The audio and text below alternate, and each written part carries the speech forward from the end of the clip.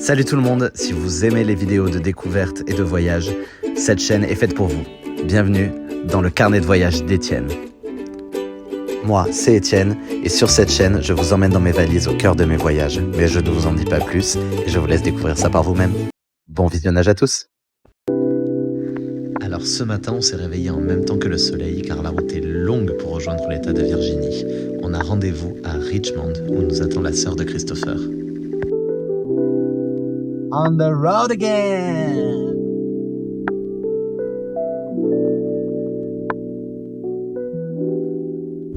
Donc là on va faire un petit stop pour faire le plein et on va aller dans ce que Christopher a appelé le temple du capitalisme. Tout ça, c'est des pompes à essence tout le long. Merci Bucky. Donc il faut se rappeler qu'ici c'est une station essence. Ici c'est une station essence. Donc là on est à Bucky's et en fait ils ont créé une marque de station essence avec un petit castor et du coup ils l'ont décliné en plein de trucs quoi. En fait, Bucky's, c'est pas seulement une station essence, c'est surtout un gros magasin où tu peux acheter de tout et n'importe quoi. Et surtout, des petits snacks et de la nourriture pour ta route.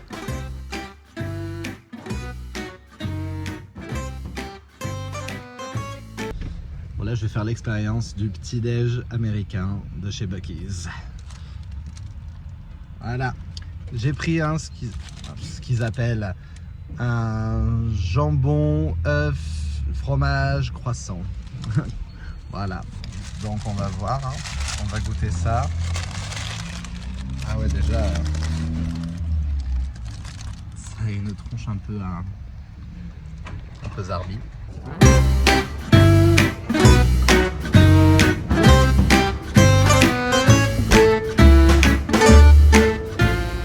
C'est pas mal.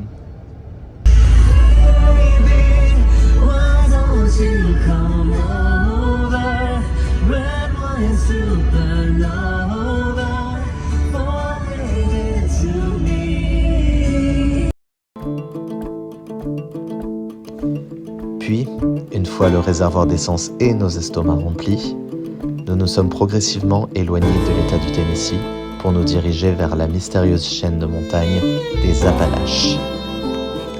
Beaucoup de légendes entourent ces montagnes, comme des légendes de disparition ou encore d'esprits et de créatures fantastiques.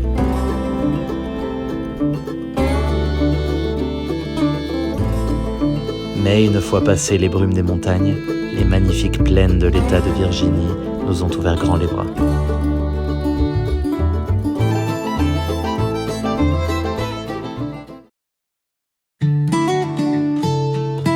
Et enfin, après 8 heures de voyage, nous avons enfin atteint Richmond, la capitale de l'État de Virginie. Et je vais pas vous mentir, j'ai eu un gros coup de cœur pour cette ville. Non mais franchement, regardez ces maisons avec ces couleurs pastel, elles sont magnifiques. La sœur de Christopher nous a accueillis avec cette délicieuse tchatchouka et ensuite on est parti se balader un petit peu dans Richmond.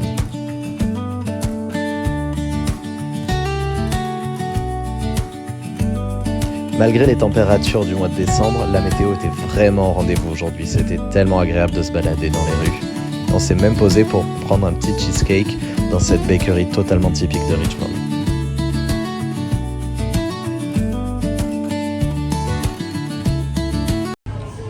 Ok, bon je sais que les Américains ils sont hyper concentrés sur les décorations de Noël, mais là on a un point inimaginable quoi. Ça, je pense pas que je le mettrais dans mon sapin. C'est ça, mais non mais ça, c'est un test de grossesse. Un test de grossesse à mettre dans le sapin, mais je hurle. Et après t'es... Ah, oh waouh. Ok, donc là on est sur un autre level de décoration. Ouais, ça c'est pas trop la déco que je mettrais sur mon mur. Ok, je vais m'en aller je crois là. Une autre chose que j'ai particulièrement appréciée à Richmond, c'est l'art qu'on peut trouver à chaque coin de rue. D'une fresque immense à de simples collages, Richmond nous offre un musée à ciel ouvert. Because we are what? Gorgeous, baby. Gorgeous. Handsome, baby. Et comme ce soir c'est le nouvel an, je vous laisse apprécier les décorations de Noël.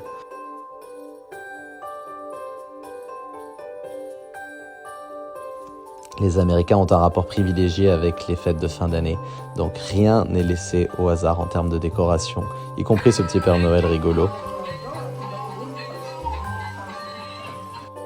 Ça y est, la nouvelle année est là.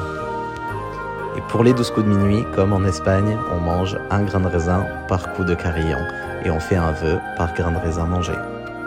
Et je vous souhaite une bonne année 2026. Donc là, on est dans les rues de Richmond et on va assister à ce qu'ils appellent la parade des cônes. C'est tous les premiers jours de l'année et en fait, c'est une parade où tout le monde est habillé en cône. 3, 2, 1, Happy New Year!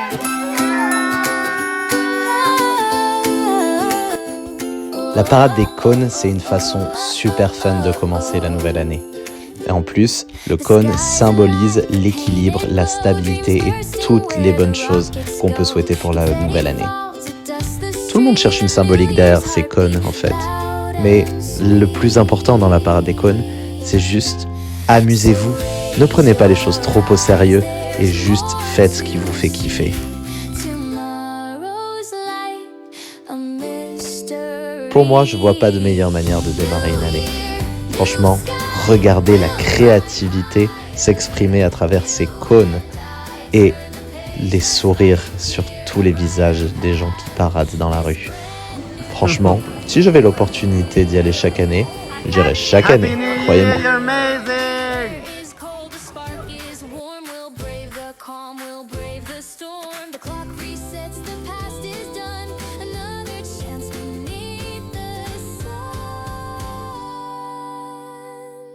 The stars align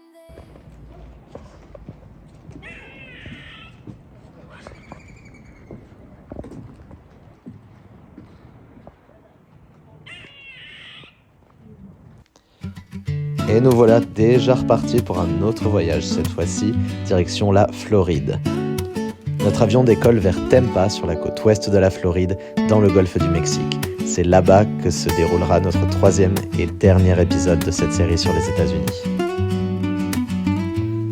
J'espère sincèrement que ce petit format vous plaît, et si c'est le cas, n'hésitez pas à vous abonner à cette chaîne et à regarder toutes mes autres vidéos. Et quant à moi, je vous attends de pied ferme pour la sortie du 3e épisode, et je vous embrasse très fort. Prenez soin de vous. Ciao!